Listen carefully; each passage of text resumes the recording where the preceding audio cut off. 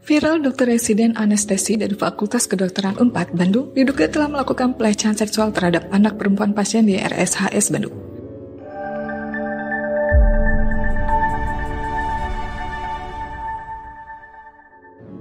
Terduga pelaku diketahui merupakan mahasiswa yang menjalani program pendidikan dokter spesialis PPDS Anestesi Universitas Padjadjaran Bandung.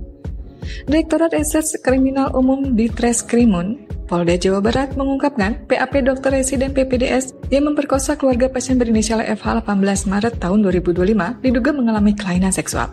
Mereka saat ini tengah berkoordinasi dengan tim psikolog forensik untuk menguatkan hal tersebut.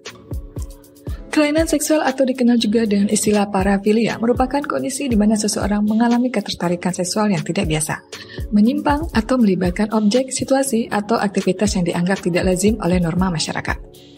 Para ahli menjelaskan bahwa parafilia mencakup berbagai jenis, mulai dari fetis hingga perilaku ekstrem seperti sadomasokisme atau voyeurisme. Dalam dunia medis, kelainan seksual dianggap gangguan apabila perilaku tersebut menyebabkan tekanan psikologis atau mengganggu fungsi sosial, pekerjaan atau aspek penting kehidupan lainnya. Seseorang dengan kelainan seksual dapat mengalami dorongan seksual yang sangat kuat dan terus-menerus, sehingga dapat mengganggu kehidupan pribadi serta orang lain, bahkan berpotensi menimbulkan masalah hukum. Penyebab kelainan seksual belum dapat dipastikan, namun beberapa faktor yang diduga terjadi karena pengalaman traumatis di masa kecil seperti pelecehan seksual yang berulang, tumbuh dalam keluarga yang tidak harmonis seperti sering menyaksikan pertengkaran orang tua atau kekurangan kasih sayang, gangguan mental termasuk kepribadian antisosial, gangguan narsistik, atau obsessive compulsive disorder (OCD). Tidak sengaja melihat orang tua berhubungan seksual pada masa kanak-kanak. Pengertian kelainan seksual menurut American Psychiatry Association (APA), kelainan seksual diartikan sebagai gangguan seksual yang memicu perilaku yang tidak biasa dalam aktivitas seksual, yang dapat mengakibatkan seseorang atau orang lain terlibat dalam situasi yang tidak nyaman, berbahaya, atau melanggar norma sosial dan hukum.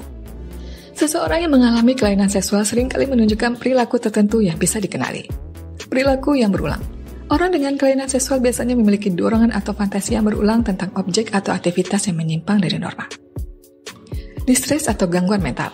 Perilaku tersebut menyebabkan tekanan mental atau kesulitan dalam menjalani kehidupan sehari-hari. Misalnya, individu merasa malu, cemas, atau tertekan akibat dorongan tersebut. Ketidakmampuan mengendalikan dorongan. Mereka mungkin merasa tidak mampu mengendalikan dorongan seksual yang tidak biasa, yang pada akhirnya menyebabkan tindakan yang melanggar etika atau hukum.